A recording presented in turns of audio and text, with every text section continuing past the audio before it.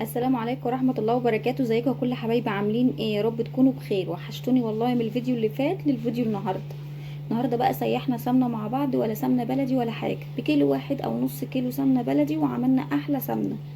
عملنا اهو قدامكم 3 كيلو ونص سمنة. تعالوا نشوف سيحنا الكلام ده ازاي وعملناه ازاي، وريحته كانت تحفة وجايبة من اخر الشارع. يلا بينا. هنا بقى يا جماعة جبت حلة وهسيح فيها قلبين 2 زبدة اللي هي الفرنة، وكان عندي قالب سمنة بلدي كده قيمة نص كيلو طبعا، ورحت مخلطاه مع بعض وحطاه يسيح كده على نار هادية. ونشوف هنعمل معاه الكلام ده ازاي، نسيحه وتطلع سمنة تحفة وجميلة ومرملة ولونها جميل وطعمها جميل.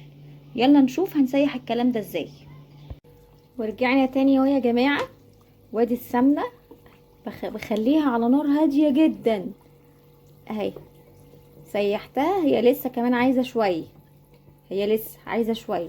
ماشي، انا بس اوريكم النتيجة راحت فين. انا سبتها حوالي ساعة، بس طبعا كانت ايدي فيها على طول، ما سبتهاش، ايدي دايما فيها بقلبها.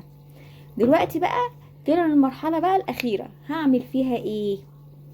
هحط فيها ازازة زيت ذرة، وهي زي ما هي كده هكب ازازة زيت ذرة واحدة بس على 2 كيلو السمنة الفرنة والايه والنص كيلو الزبدة البلدي السمنة البلدي.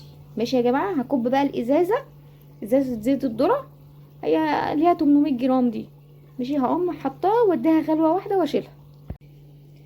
وهو يا جماعة بعد ما السمنة ما خلاص شلتها من على النار وسبتها تهدى شوية اهين، ريحت تحت اهين، فانا هسيبها تبرد خالص تماما واقوم معبياها في بطرمانات.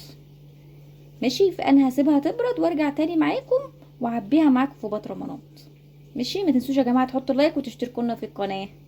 اهو يا جماعه السمنه بردت اهي، بحطها بقى وبصفيها، بحط مصفى كده على البطرمان، بحط فيها اي حاجه، اي شاشه عندك، اي بتاعه كده، طرحه بس خفيفه اهي، زي ما انتوا شفتوا كده. هصفيها اهي، واعملوا السمنه دي. يعني مش ضروري نجيب سمنه بلدي وبالغلا، نجيب مثلا حاجات بسيطه ونزودها زي ما انا عملت قدامكم كده.